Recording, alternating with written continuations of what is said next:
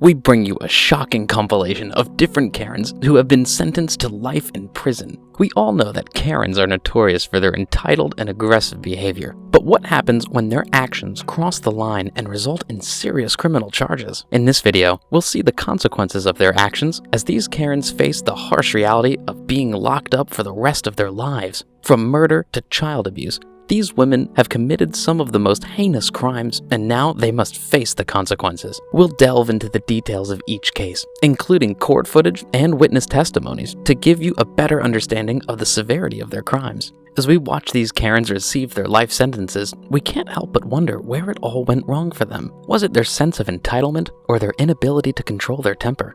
Join us as we uncover the stories of these Karens who have gone too far and are now paying the ultimate price. This video will shock and stun you, but it's important to remember that actions have consequences, and these Karens are no exceptions. Number 1. When a Karen gets life in prison.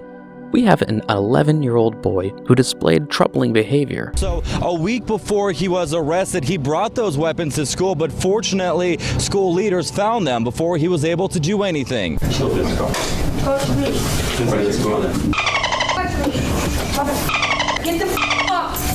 The court commissioner decided to keep the boy locked up in a juvenile court after prosecutors revealed that he had brought a gun to school on multiple occasions and was planning to shoot multiple people, not just one student as previously thought. Those issues are not going to go away. I see him as a risk to himself. I see him as a risk to others. An evaluation determined that he suffers from mental health issues, including suicidal thoughts. He has had a long history of behavior outbursts. I think that based on parent report and clinical reports, these outbursts have increased in the last. Number 2. Next, we have Eric Pendler, who was convicted of shaking a baby boy so violently that he's now permanently disabled. Nothing prepared us for the screaming. Hours and hours of screaming. Pendler was in court this afternoon for sentencing on child endangering accounts, but prosecutors say that's only because the baby never died from his injury. The little boy suffered traumatic brain damage and a broken neck that left him hearing impaired, nearly blind in both eyes, and unable to hold his head up. Once the judge told him that he was going to spend over 11 years in prison, prosecutors tell me the victim, who's now 2, was formally adopted by the Lawsons a few weeks ago and now lives out of the area. Number 3. Now we have a Karen who apparently just doesn't know when to stop. Business, John. It has nothing to do with Miss Hardwick, no. You will be held in contempt of this court if you become disruptive. I don't care. I haven't done anything to this court. I haven't done anything to him. So you'll be arrested for contempt of the court. It doesn't make any difference. You will serve 10 days for contempt of court. You go now.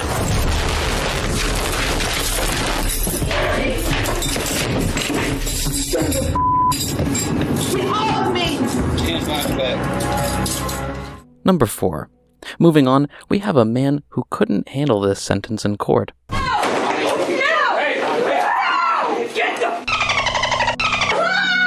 As his sister rushed to his side, screaming obscenities, 24-year-old Ronnie Amadon had to be dragged out of Larsonia District Court. Amadon was arrested the previous night at an apartment on Union Avenue. Number 5.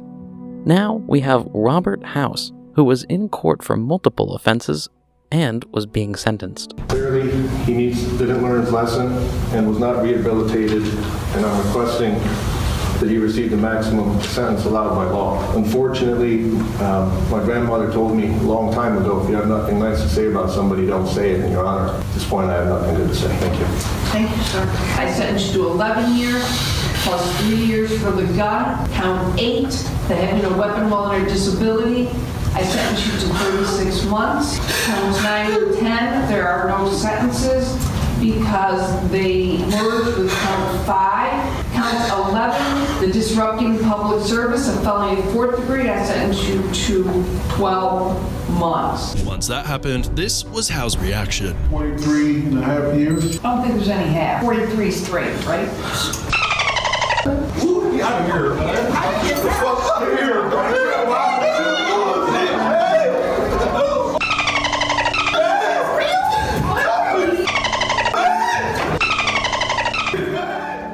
Number 6.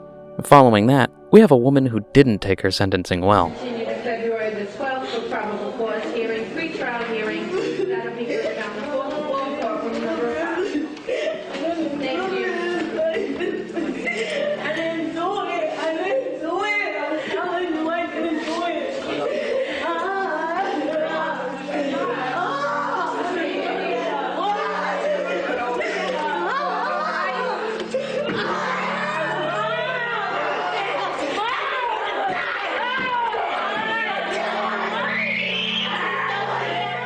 Number 7. This woman experienced a situation similar to a Karen moment when she was denied bond in court. No bond. No, me tengo que ir a la cárcel así, pero mi marido me pegó. Si eres que me rompió la pierna, por favor, my husband broke my leg. Please, no, don't do that. I have my leg broke. No, please, don't do that. No, please, no. She's crying. She cried and screamed, "He broke my leg," to the police. She was convicted of stabbing her husband to death, claiming it was due to his abuse, but her time in prison ended up being tumultuous. Number 8. Next up, we have a convict who goes by the name Bass Webb. He went to prison for countless crimes, and this is how he treated his judge. This case, I had 8 further proceedings where I had to see you for 1 further second.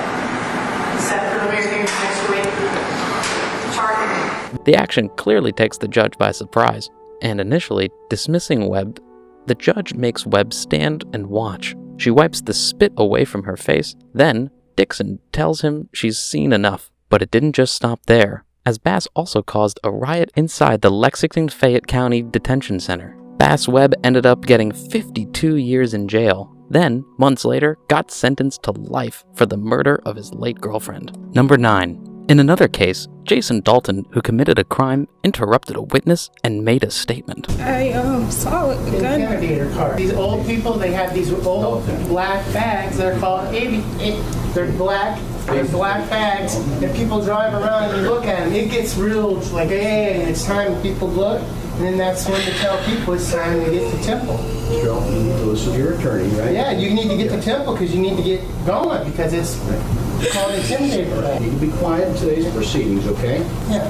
If you have anything to say, you whisper to your attorney. That's today's rules, okay? It got so bad that the guards had to get involved. So, Ms. Crothers, are you okay? Or do we need to take a minute? Take it. All right, we're going to call a recess. Take it. If you would escort down into holding.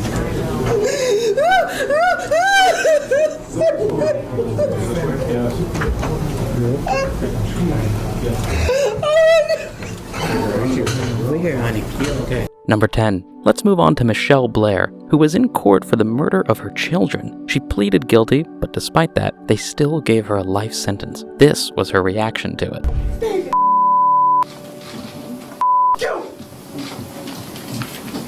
Everybody want to know, yes, I did kill her!